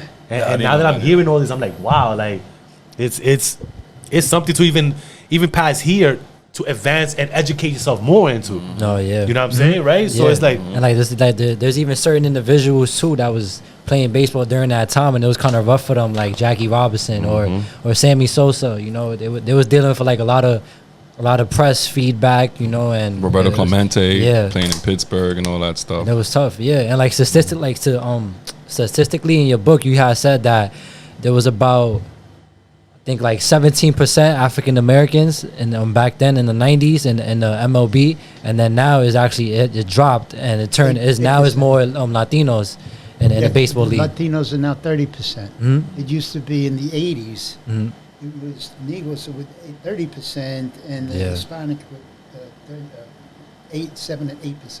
And as the transformation came, the black population went more towards basketball yes, and football. Because, Yeah. you know, you get scholarships, you go to school. They actually took over the popularity of the game. Still baseball is still the national pastime, but the popularity game rests on football And basketball. Yeah. and baskets at this time. Okay, and you can understand why baskets. You get a ball, you got a hoop, you got a peach basket, whatever. Yeah. We used to use for a hoop. yeah, You know, and but baseball right now, 30% Hispanic, and it's still growing. yeah, definitely. Yeah. And the most important thing to me is that these immigrants that are coming over that can't even speak English have to understand what we're all about. Yeah, So that's why the need for translation is so important. it's big. Yeah, So it won't get is, lost right. in the translation, right? It's big because the way you put it, I mean, baseball's big. I mean, a lot of people can relate history to basketball as well because all these sports, the sports in general, can go hand in hand because with the way you're talking right now and the way you just put us on to all this history, sports in general go hand in hand with history and how things change throughout the years in sports and stuff like that. So not only just baseball, you know, a lot of people can feed off basketball and be like, oh, the game of basketball changed the way of life for me, personally and stuff like that. So it's all about who you are as a person. It might not be baseball, it might not be basketball. Football might have changed your life, but sports in general changes people's lives. But there's definitely a history behind American history behind Most definitely. what it is, Yeah. which is dope. Even if you involve boxing alone, that was a big major thing too back in the days, where it's changed a lot. So that right there alone, sports is dope. Right. So after all this, man, Tony, after all your work, after all your accolades, after everything you have done for everybody, how did it feel to be inducted in the Hall of Fame 2022? Yeah, I know. Let it out. Yeah, because this is major. And tell you, it was so impressive. Well, I'm sorry. Did I said Baseball Hall of Fame? I want to make sure I didn't miss this. I did say you was inducted in the Baseball Hall of Fame. Continue on, yeah. I want to make sure I didn't miss This is the New York State Baseball Hall of Fame. New York State Baseball Hall of Fame. It's different from the National Baseball Hall of Fame, which is in Cooperstown. Okay, I got you. Hey, listen, that's still a big accomplishment. Super big accomplishment. I went in there with Ron Bloomberg, a couple of Yankee ball players and everything. It wasn't only, but the guy recognized the people that were behind the scenes. That's what the New York State is more about. Okay, got you. You don't find that in the National. National is Got all you. about the great baseball players. Everything. I get Stats, that. yeah. And that was big going back to 1936 when it opened its doors. Yeah. But now you got people that are behind the scenes that make an impact. Yes, for sure. And, it makes me feel that I made some kind of impact. I mean, You made a whole did. lot. Yeah. Look what you did. Well, I You may not see. I mean, you may not think, but we're gonna tell you this is why we built this platform, because we want to give flowers to where flowers is due. You know what I'm saying? And some people don't see it to themselves, right? But we'll be non-humble for you. Okay? We'll take the humbleness from you and we'll make that we're giving you your flowers. You deserve it. You do. You understand? You did a lot, honestly, and everything you have told us is fucking amazing. It is amazing. Thank God that we met you when we met you. You know what I mean? That was God's This is plan. one of the things that we're talking about right now. What do you like about life? Yes. And I could go out last week. Yeah. Last week I was out there from 8:30 in the morning till 12:30 in the afternoon, and I sold 3 books. Wow. Okay. And Chris Borgatti bought one of them. Okay. So I'm in front of Borgatti's noodle place, right? Yeah. You know what? I need people. Yes. It's the connection. You're making connections. You're Yeah. meeting people. Yeah. Yeah. That's important. That's really important. And Sometimes that takes you some further. of them have more relationships than others Yeah. that Yeah. I've met in the past. Yeah. So it works for me because, as I said, I don't know how long I'm going to be around. You got to give it back. Yeah. God What bless. you got, what you brought in, and what was given to you, you got to say thank you to that guy you got there on your chest. Yes. Baby Jesus. That's right. No, you ain't lying. I That's always right. give grace every day. Every Because let day. me tell you something right now. Since we've been talking, your memory for you to be at your age and to still continue to have that memory, it's another blessing, right? Because that I feel like that was meant for you. It was meant for you, for this, like for you to do what you do. But let's not knock the physicality of it all neither, because 82 years old with the memory of an elephant. Yeah, the Like not only that, but you probably could fucking outrun me up and down this block right now. no, But it's a blessing. No, it's a Easy road. but the reason why I say this is because to this day you still do tours at the Botanical Gardens, right? mobile. If y'all want to, every Sundays 11 o'clock. at 11 o'clock. Go check him out. He still does tours. He walks around. He shakes hands. He probably kisses babies like the president and all that, but he still does it. You know, that's the thing. Physicality, the physicalness of it. Because, you know, in life, people either lose 2 things, your memory or your physical. You are blessed with both. And that right there at 82, God bless you, Tony. For real, man. Like, you continue doing what you do. Be the shining light to certain people and continue educating, bro. Nah, God bless facts. you, man. Got to Seriously. give it back. Most definitely. And you are giving it back. People, I appreciate you a lot. Thank you for coming. Yeah. So we, at the end of this, we usually ask our guests to give some, they can give some inspiring words to our audience. See if you could give some inspiring words to them. Well, right now, I'm on the Latino project. Okay. Okay. Matter of fact, I'm learning how to do salsa. That's the secret right there. That's the secret right there. That's the Move secret. them You gotta hips, keep baby. it moving. Some salsa, and some There's this blueberries, place right? down on Commerce Street called Cachet. Yeah. Me and my wife want to do that. Like, take salsa classes. Yeah, well, I haven't been going lately. Yeah. What happened was the classes were getting too big, Okay. and I'm saying, oh shit. Now, I was in Fratelli's. Okay.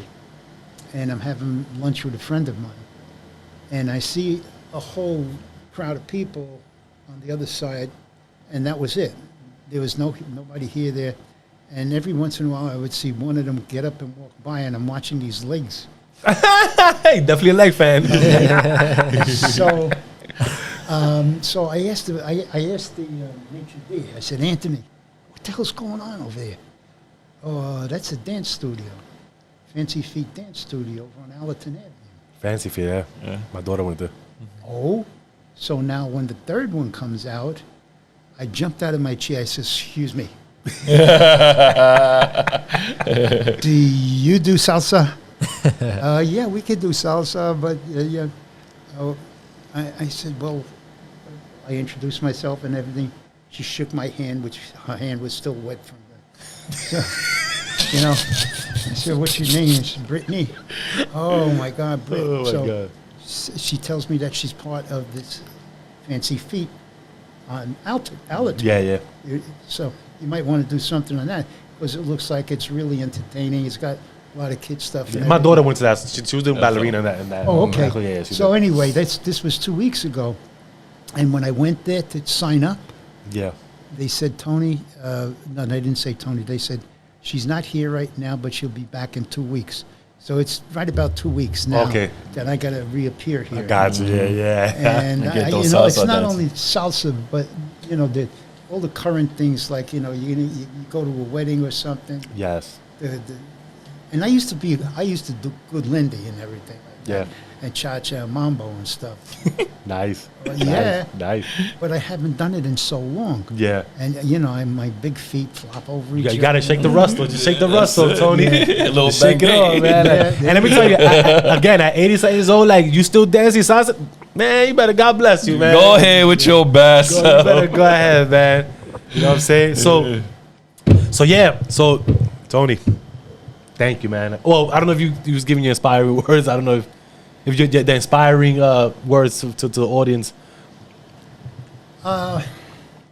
History.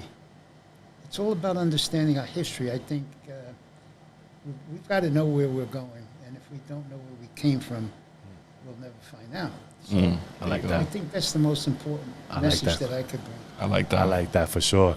Very simple. Yeah. That's hey, listen, simple but very direct. Simplicity is key. That's it. Tony, man, we appreciate you coming. Oh, this was great. Thank hanging you, with man. You guys. Thank you. No, it was a pleasure. It was our pleasure listening to these stories, man. Like, you know what I'm saying? So thank you. We can't even thank you and enough. listening to my guy who read the book. He read the book. Yeah. This guy read the book. He came prepared.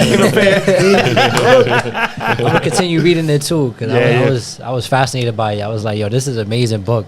I love it. It kept me like, because sometimes when I read, I kind of have like trouble like staying focused if I'm not really into it. Oh, but this yeah. book, it really kept me focused. So I was like, I love this book. That's good to hear. I'm thankful for No, that. yeah. He held it hostage for a while. He doesn't want to give it up. Yeah, he really didn't. doesn't wanna give it Drop up. me off and I'll get back on. Well, listen, all of y'all, man. Hope y'all tune into this one, man. This is a very good one. Tony, again, we want to thank you for coming, man. It was a pleasure. Thank you. Listen, with that said, everybody, peace, bless, love. Give thanks to that man above. Live, love, prosper, y'all. Peace, y'all. Thank you guys.